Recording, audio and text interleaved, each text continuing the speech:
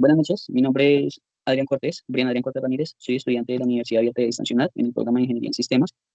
El día de hoy vengo a presentar la sustentación del ejercicio número uno, en el cual he escogido la letra número C, que es el análisis del resultado experimental.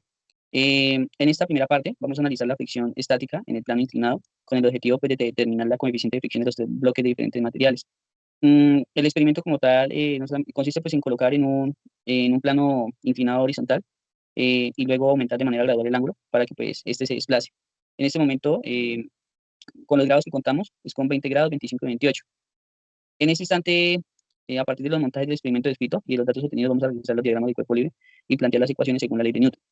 En el instante que el bloque pues, empieza a moverse, tal cual como en la imagen, este se encuentra en equilibrio, lo que puede significar que las fuerzas, como indica la segunda ley de Newton, la suma de las fuerzas es igual a cero.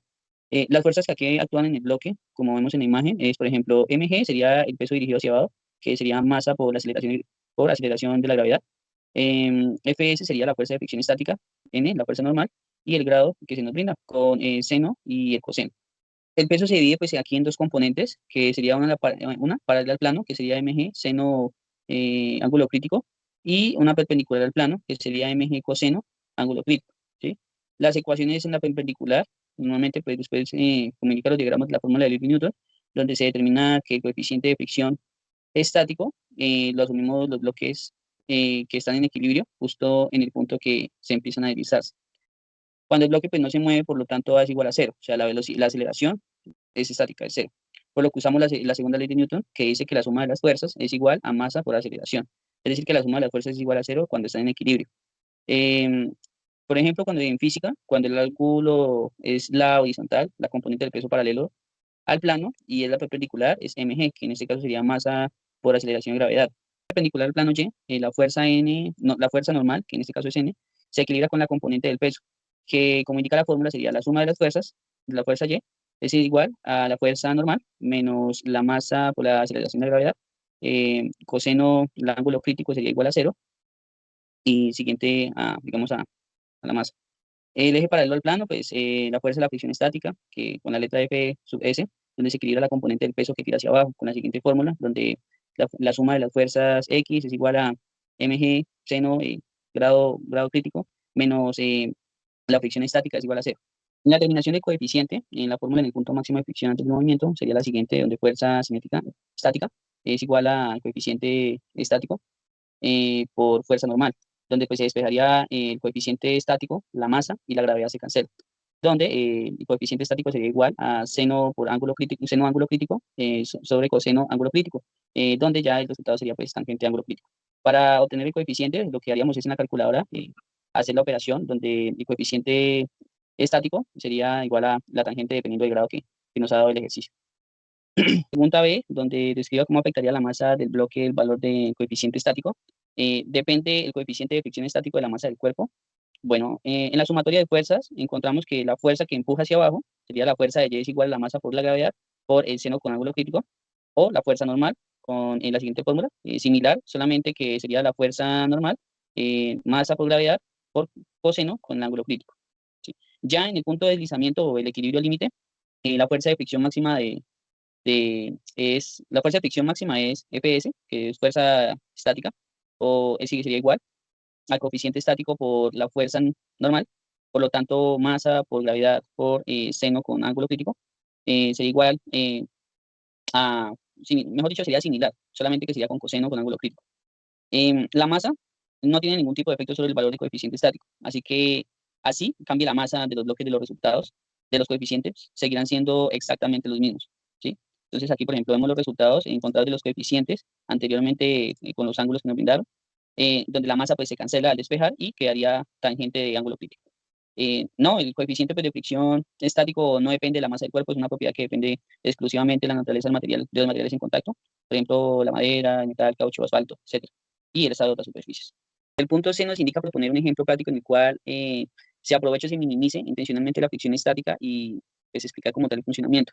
Se podría analizar que, por ejemplo, en el proceso de caminar, desde el punto de vista físico, cuando una persona intenta avanzar, el pie ejerce una fuerza hacia atrás sobre el suelo y el suelo responde con una fuerza de fricción estática hacia adelante, lo cual permite el movimiento.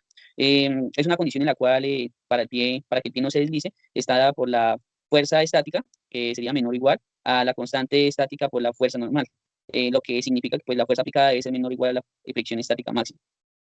En la situación 2, diagrama y fórmulas, en esta segunda parte se analiza la fricción dinámica, es decir, cuando los bloques ya están en movimiento. En este caso, pues, en el experimento, el ángulo del plano se va a mantener fijo en 30 grados y se dejan que se deslicen los bloques desde la parte superior y se mide el tiempo en que tarda recorrer esa distancia en 0.8 metros. Los tiempos que se obtuvieron fue de 0.87 segundos, en la B 1.09 y en la C 1.38 segundos. La segunda ley de Newton dice que la masa por aceleración de gravedad, por gravedad, con el seno de ángulo crítico menos coeficiente dinámico de coseno con ángulo crítico es igual a masa por aceleración. Por lo tanto, entonces, gravedad de seno de ángulo crítico menos coeficiente dinámico por gravedad, coeficiente ángulo crítico es igual a aceleración. Eh, Ahora pues sería usar el movimiento, donde usamos el movimiento, entonces donde x es igual a un medio por la aceleración y aceleración por el tiempo al cuadrado. En la parte final se sustituyen los valores, donde entonces de 30 grados sería igual a 0.866. El bloque A, que sería el tiempo, sería igual a 0.87 segundos. Por lo que entonces la aceleración sería igual a 2 por 0.8 sobre 0.87 al cuadrado, dando un igual a 1.6 sobre 0.77569, dando un resultado total de 2.114 metros sobre segundos al cuadrado.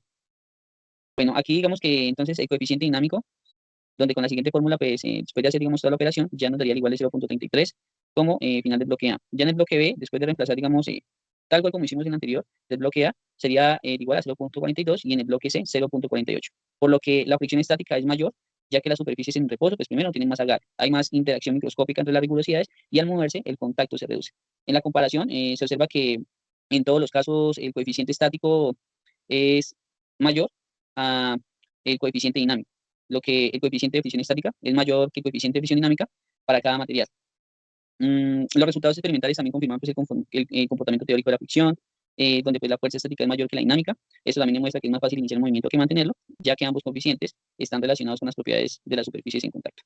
Y digamos que, como dice la pregunta, que por qué resulta más difícil iniciar el movimiento de un objeto en reposo que mantenerlo en movimiento una vez que se desliza, podríamos decir que en términos prácticos es más difícil iniciar el movimiento en reposo que mantener el movimiento que la fricción estática, porque la fricción estática es mayor que la fricción dinámica. Mm, una vez el objetivo comienza a moverse, pues las irregularidades ya no están completamente pues, acopladas, esto reduce la interacción entre las superficies, lo que pues como resultado la fuerza de la fricción disminuye, dando a lugar la fricción dinámica, que es menor, ¿sí? Esto pues se observa, por ejemplo, al empujar un mueble.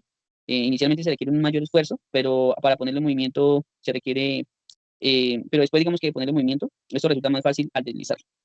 Bueno, eso sería todo por el momento. Agradezco por su atención. Espero que haya sido claro.